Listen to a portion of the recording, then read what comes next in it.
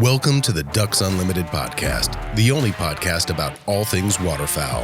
From hunting insights to science-based discussions about ducks, geese, and issues affecting waterfowl and wetlands conservation in North America, we bring the resource to you. The DU Podcast with your hosts, Chris Jennings and Dr. Mike Brasher. Hey everyone, thanks again for joining us here. On this episode, we're going to connect with one of our regional science staff to have another discussion focused on snow geese. I'm first of all joined here in the studio by my co-host Chris Jennings, and we are joined on the phone by Dr. Mark Petrie, Director of Conservation Planning in the Western region. Mark, thanks for taking the time to join us. No problem, Mike. I think to begin with, we want to introduce you to our listeners and have you give our listeners just a sort of overview of what you do for Ducks Unlimited, where you are. You're out of the Western region, but your office is actually up in Washington. So just give us a thumbnail sketch of what you do for the organization. Yeah, Mike, our regional office is in Sacramento, of course, but I actually work out of a smaller field office in Vancouver, Washington. In a real general sense, I guess what I do is I work with folks here in the West to figure out where we actually need to be working on behalf of waterfowl, what we need to be doing on behalf of waterfowl, maybe how much of it we actually need to do. So just kind of what the shape of our program should be here in the West. You've been with Ducks Unlimited for quite a few years now, right? Remind me of how many years that is. Yeah, I've been out here about 20 years, and then I've spent my first 5 years of my career with Ducks Unlimited in Memphis at national headquarters, and then I moved out here about 20 years ago. This is probably where I make a joke about you getting old, right? Yes. Yeah. For the listeners that may not know, Mark and I have known one another for 15 plus years and interact a lot on work issues as well as personal issues. We're just sort of going hunting together, and so yeah, we kid around a lot. But this is the first time we've had a chance to get you on the podcast and discuss something that I know you've been working on. And yeah, it's as I kind of introduced, it's about snow geese, but it's a different angle of the snow goose issue in North America. We've had from previous episodes covered some basic ecology of snow geese, and with Ray Alisauskas back, I think they were episodes 36 and 37. My notes here say we also had Drew Fowler on episode 41 talking about some condition bias in hunter-harvested snow geese, and then we followed those up with a pretty neat discussion with Rocky Rockwell on snow goose ecology specific to La Perouse Bay, and that area sort of being the epicenter for where the hyperabundance issue of snow geese really took off. And so now, though, we have another topic, another element to this greater discussion that you're going to bring to us, and you actually had an article in the January-February 2020 issue of the Ducks Unlimited magazine. The primary title of that was Snowstorm. And it talked about an area of this snow goose issue that not a lot of people have really thought about outside the real detailed conservation planning work that folks like yourself and I have done in our jobs. And so we wanted to get you on to follow up on that discussion a little. Obviously, we'll reference some of what you described in the article, but this medium here, the podcast, gives us an opportunity to discuss some of that in a bit more detail. So we're going to jump right in here in reference to that article, and I'm just going to give you an opportunity to talk about your co-authors, and then also just sort of big picture what stimulated this interest. And I guess what I will do is sort of just frame up what we're going to talk about here is that the role that the hyperabundance of snow geese plays in how we think about habitat needs for ducks on the non-breeding grounds. That's sort of the essence of this discussion. So tell us about your co-authors and then generally how you got interested in this topic. Sure. Well, before I do that, Mike, I'll just profess I'm not a goose expert by any means.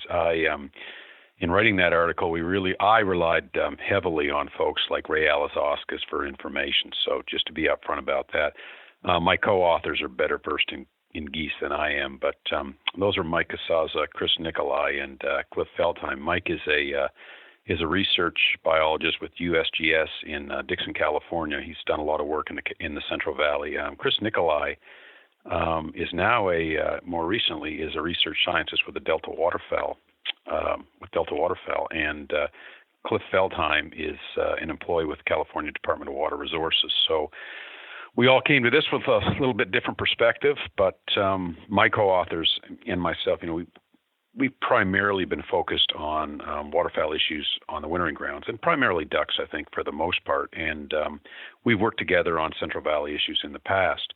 The snow goose issue, to my understanding anyway, has mostly been a breeding ground issue, concerned about damage to Arctic nesting habitats, those kind of things. Well, we were coming at it from a little bit different perspective in the Central Valley and in North America as a whole, really, is that we have, we've seen tremendous increases in the number of snow geese in some key terminal wintering areas, places like the Central Valley, Gulf Coast, Mississippi Alluvial Valley.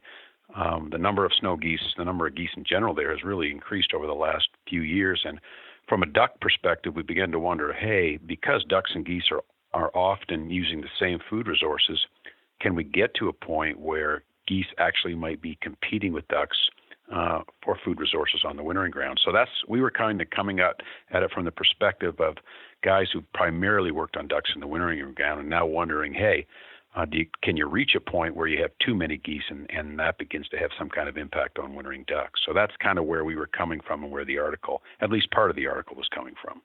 So, Mark, maybe to provide some additional context here, it requires some basic understanding of how we do conservation planning for waterfowl during the non-breeding period. And this is a topic that I suspect you and I can talk about in great detail on maybe a subsequent episode. But basically, tell our listeners about the basic assumption we make when identifying conservation planning and habitat objectives for waterfowl during the non-breeding period. And I'm kind of hinting at the bioenergetic models here.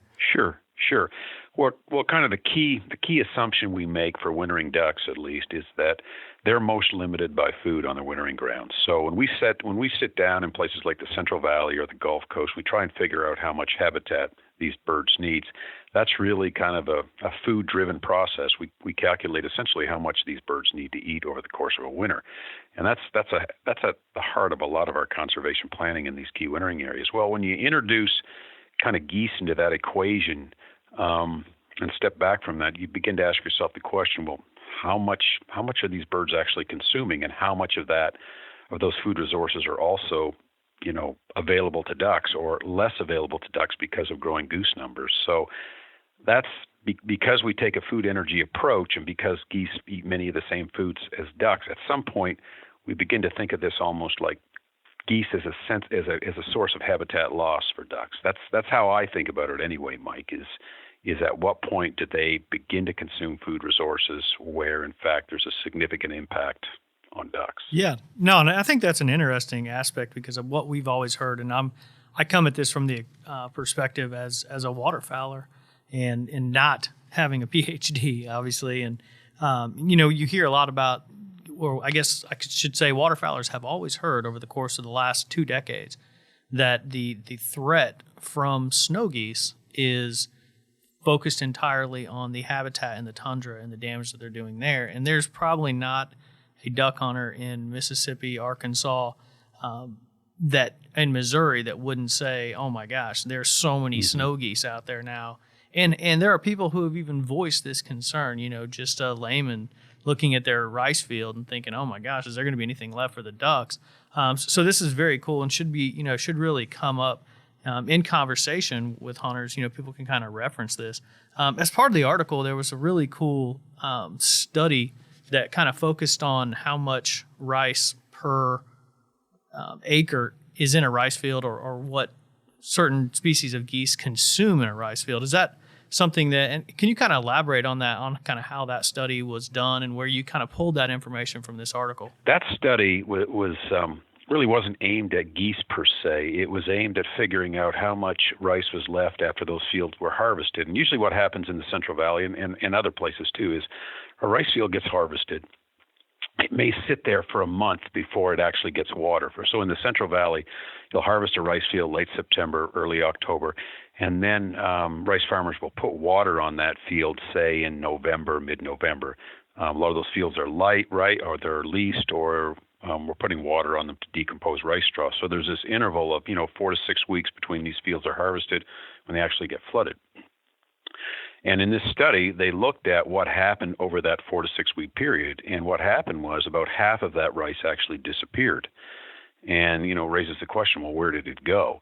Well, some of it, might be consumed by birds or rice rats or something like that. But we suspect a lot of it went to geese, which are essentially field feeding in these dry rice fields.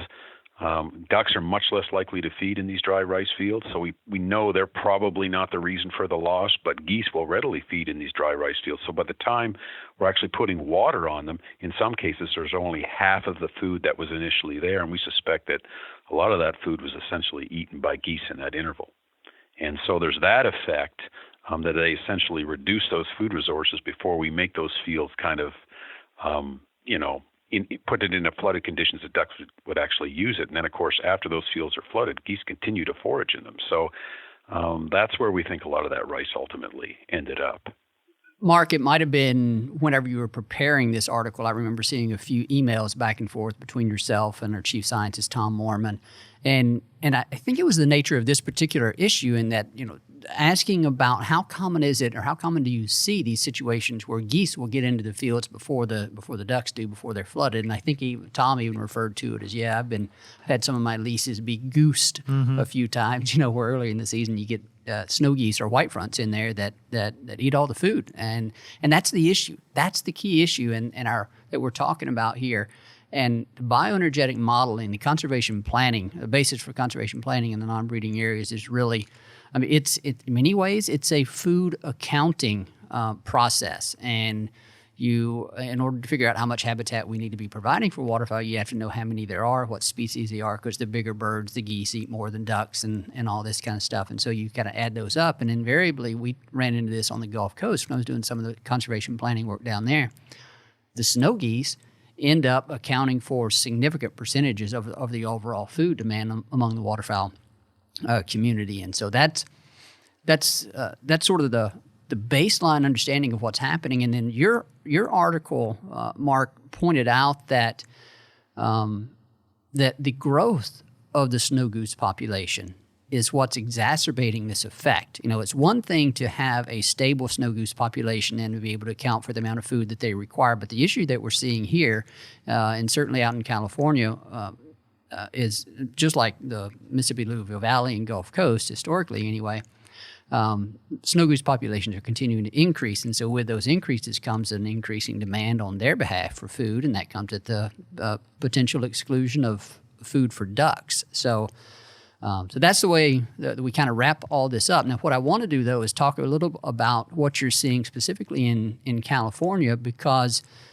as we've talked about with some of our previous guests, the snow geese in these different wintering areas come from different colonies, nesting colonies. And so out west, talk a little about, tell us what you know about the source of snow geese out in the Central Valley or out in the western U.S. in general, and what's happening with those populations. Sure. Well, just to back up a little bit, Mike, our concern about geese specifically in the Central Valley is more geared towards the future. At this point, we have a lot of geese in the valley right now. We have probably almost tripled the number of geese in the valley over the last, say, 15 or 20 years. So that's obviously a concern from a food standpoint in terms of the food available to ducks. But we're actually as interested in what's going to happen maybe over the next 10 or 15, 20 years. Where are these goose populations or what should we expect in terms of goose populations in the valley going forward? And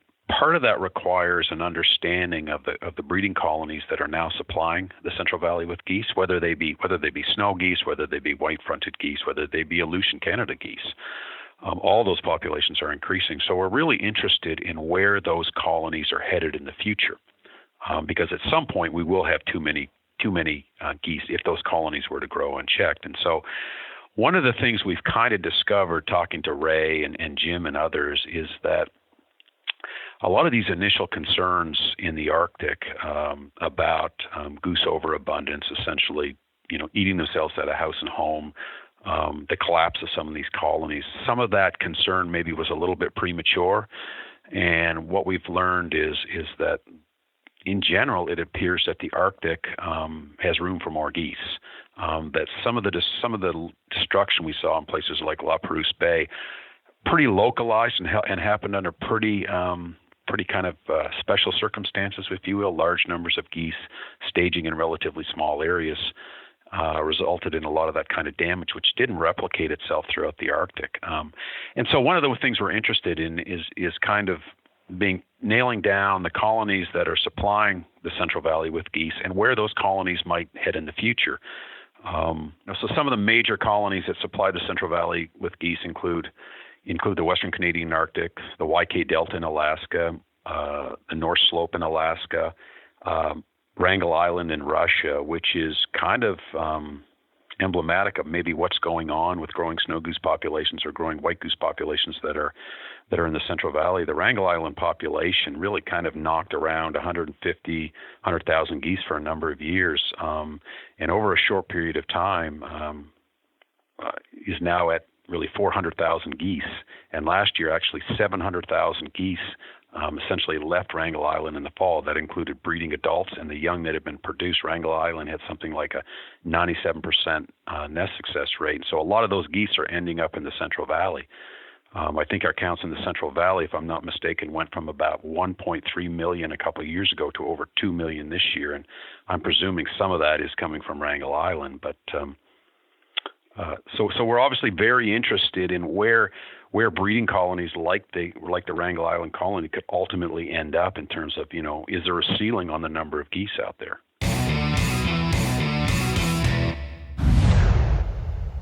Be the first to know when ducks are on the move. Sign up for DU's waterfowl migration email alerts and receive ongoing in-depth updates on the latest habitat conditions, weather changes, and hunting reports for your flyway. Visit ducks.org/migration alerts. Mark, I know you also reference this in the article, and we won't go into many details on this, but there's an element of the work that y'all are doing right now involving Chris and Mike and others, Cliff and others, to radio mark a number of geese and tracking those birds back to those breeding grounds to figure out exactly what you're saying. And so we'll probably save that discussion for a later episode on the details of that. But just another example of how we're using some of our new technologies to understand some of the causes and mechanisms of some of the issues, conservation issues that we're facing. What I do want to spend at least, I have a question for you here, a few minutes I want to spend on. I know from some recent emails that you and I had that you had a chance here recently to meet with the guy that conducts or runs the research study over there at Wrangel Island, and you have to help me with his name. But basically, I just wanted to see if he had any nuggets of information for you with respect to recent growth rates, or have they seen any recent declines in reproduction the way that they've seen in the Central Arctic that Ray and Rocky talked about. Well, Mike, I can't. His name is Vasily, and I forget his last name. So you're going to have to research that and then plug that in. But yeah. So Vasily actually stopped by to see me last Friday. Him and Don Craigie were here, and of course, I had a lot of questions about Wrangel Island because Wrangel Island supplies so many of our birds here in the Central Valley. And I asked him what's responsible for the really rapid increase in the Wrangel Island colony that we've seen over the last 4 or 5 years, and a variety of reasons for that, but a lot of it is related to warming. That part of the world is warming at a higher rate than other parts of the Arctic, actually. And so what's happened is at one point in time, there's a relatively small part of Wrangel Island that was essentially suitable for nesting geese. Well, and that had to do with, where the snow melted first, et cetera, et cetera. Well, what's happened is with the warming trend over the last few years, more of the island has opened up to nesting geese, and that's really allowed the colony to expand. That and some other reasons that relate to a much higher nest success. I think last year they had about 97% nest success. Some of that has to do, I think, with maybe changes in the predator community. Maybe the predator community is really becoming swamped because there's so many geese. But Vasily's impression was just a kind of a pretty rapid warming trend on Wrangel Island these last few years. It just opened up the island, provided more suitable nesting habitat, and the geese have been taking advantage of that. That's pretty remarkable. I think I asked Ray the question if he had any insights from Wrangell Island whenever we had him on, but he really didn't. I think it had been a while since he had spoken with Vasily. And, of course, from those discussions with Ray and Rocky, we learned that in recent years, the production from the Central Arctic and Hudson Bay colonies was very, very low. And then that's remarkable to hear the contrast with Wrangell Island. Drastic difference. Yeah, Vasily even suggested that they were even seeing some immigration from places like the Western Canadian Arctic or the Central Canadian Arctic to Wrangell Island, which I found was pretty amazing that birds would actually respond in that way. But Wrangell Island was becoming so attractive that it was actually pulling birds off colonies that were far to the east. That was my understanding talking to him anyway, which is something I wouldn't have expected to have heard. Hey, Mark, as part of this article, you brought up some very good points as far as the the conservation order that went into effect in 1999. I can't say new, but liberalizing the hunting regulations to kind of control this population at an early stage. And I think what the article brought to the point was hunters aren't nearly as successful at harvesting snow geese, let alone adult snow geese, which is the important part, and kind of explain why it's important that, all the numbers are based on this adult harvest rather than just snow geese in general. So if you back up, the initial goal of the conservation order for mid-continent snow geese was essentially to reduce that population by half in about 10 years. I think that was the goal. And the way to do that, they recognize is, look, we have to reduce adult survival. If we don't reduce adult survival, we're not going to be able to get there. Shooting juvenile birds simply doesn't get it done. So that was kind of the goal. Focus on adult survival and reduce the population by about half in 10 years.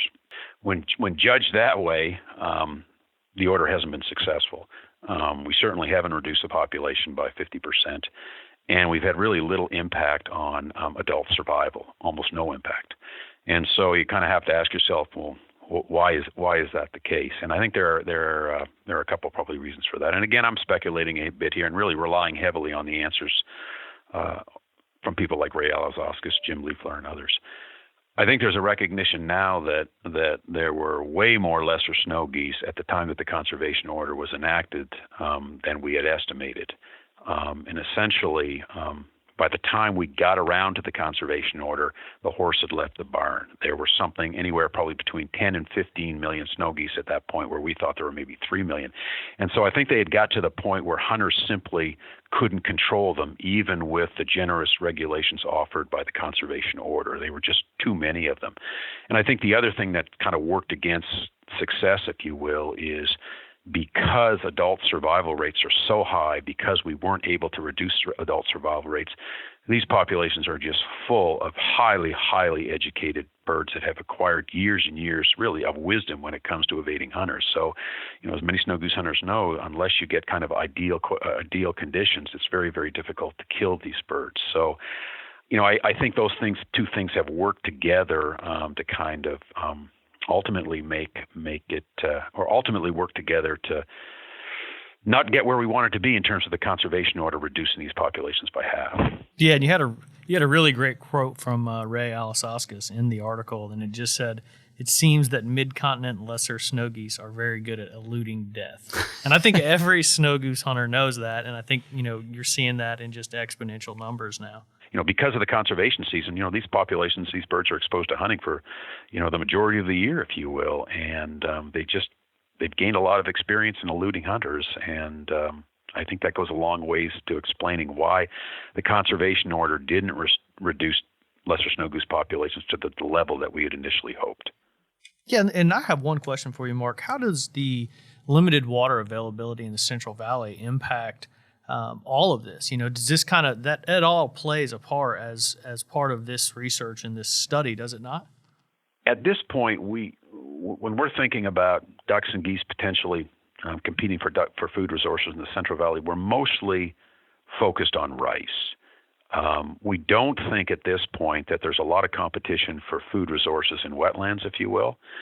We think the most likely place they compete for food is in rice fields. From that standpoint, the more rice fields we can flood, the better off we are for ducks. Because what we assume in the valley is that unless a rice field is flooded, ducks essentially won't make use of the food resources in that rice field. And we there are about 500,000 acres of rice in the valley. Probably somewhere around 300,000 of those acres get flooded in a given year.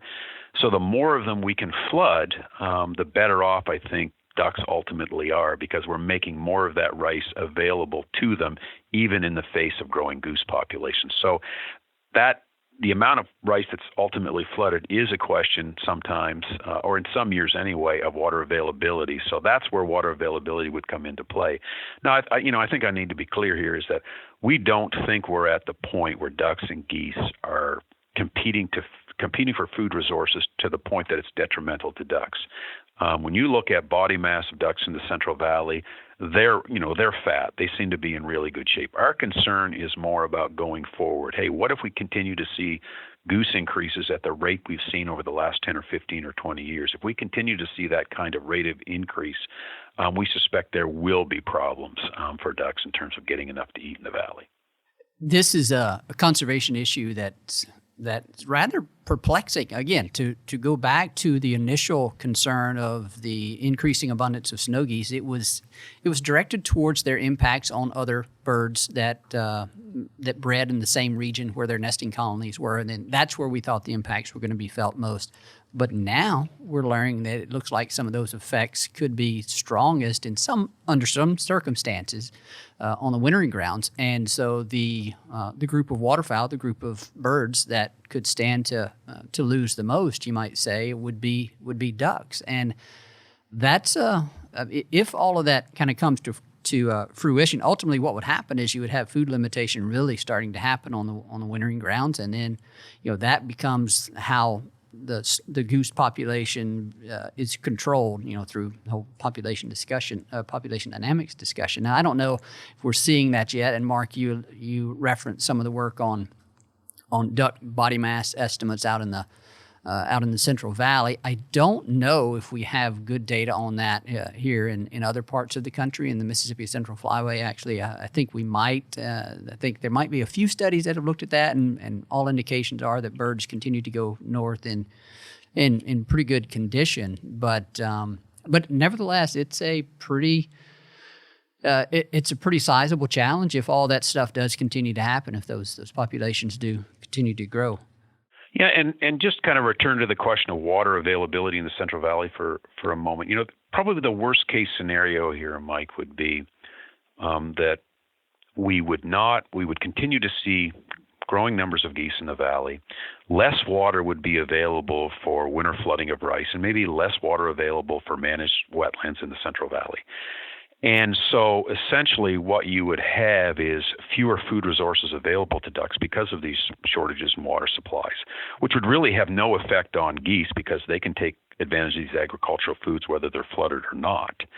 And I think those are the kind of conditions that we're most worried about going forward, and neither of those are unreasonable. It's not unreasonable to expect that goose numbers will continue to grow in the future based on what we know about the potential for the Arctic to grow more geese, at least the colonies that are now supplying the Central Valley. And it's certainly reasonable to expect that there may be less water for winter flooding of rice going forward, given issues over water supplies in the Central Valley over the last few years. So both of those are not unreasonable expectations. And if those things come together at some point, then I think you're potentially looking at a consequence for ducks. We've talked about, what, if any, it's important to, I think, to try and understand what these potential impacts might be at some point. And that includes forecasting where these goose populations are headed. But it's not clear to us what the solution would be beyond providing more habitat for ducks in the Central Valley to offset some future habitat losses or future food losses that we can attribute to geese. I'm not sure that hunting has a role here in terms of additional conservation seasons that for the Pacific Flyway. Before we started recording, Chris asked a question just kind of out loud here about whether we think any of what's happening with snow geese is influencing or affecting the distribution of ducks. And I can just tell you, I don't know the answer to that. You could draw some connections between food resource availability and geese competing for that. And you could certainly argue that it would, and certainly at local scales, but at larger scales, I don't know. But what I do find myself wondering, if the expansion of snow geese into other parts of the Mississippi Central Flyway isn't an artifact of that. Like, we live in West Tennessee and we now get snow geese flying over all the time, and you have some experience, Chris, from Indiana, and you guys Absolutely. get snow geese in Indiana that you traditionally didn't. And just by sheer numbers, they're competing for food, potentially running out of food. And that could also be a disturbance issue. We know about the interaction. We've talked about disturbance. that, Anyway, that's just one of those, another fascinating angles to this discussion and what we're seeing on the ground, and just illustrating that we don't have all the answers to these things. We can document some of the issues, some of what's going on, but we really don't know how those work all the way through the system. But Mark, I think that's going to wrap it up for us here. We have appreciated you coming on and sharing some of your time with us and exploring some of these, exploring this issue in a bit more detail. And I hope people, through a combination of reading your article and listening to this podcast, now have an appreciation for how snow geese and their hyperabundance affects not only what happens in their nesting colonies in the Arctic, but also the way they potentially are competing for foods with ducks down here on the wintering ground. And so just another thing for people to think about when they're out there in the field. So, Mark, again, thank you for your time, and thank my co-host also, Chris Jennings, here. Yeah, thanks, Mark. I appreciate it. All right, guys, happy to do it. Thank you. Hey, Mike, that was great getting Mark on.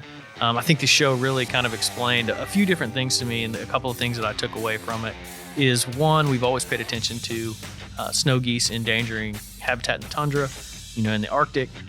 Now, Ducks Unlimited Science Team is actually looking at, snow geese potentially endangering habitat and food availability on the wintering grounds, and that's very important for our audience. So it's a good example of how Ducks Unlimited uses science to stay abreast of what's happening on the landscape and the way populations are interacting with those habitats. And so, I do want to take a moment here just to thank our special guest, Mark Petrie, for joining us here. We also thank our producer, Clay Baird, for the great job that he does. I also thank my co-host in studio here, Chris Jennings. And as always, we thank you, the listeners, for taking your time to join us here. And we thank you for your support, passion, and commitment to wetlands and waterfowl conservation.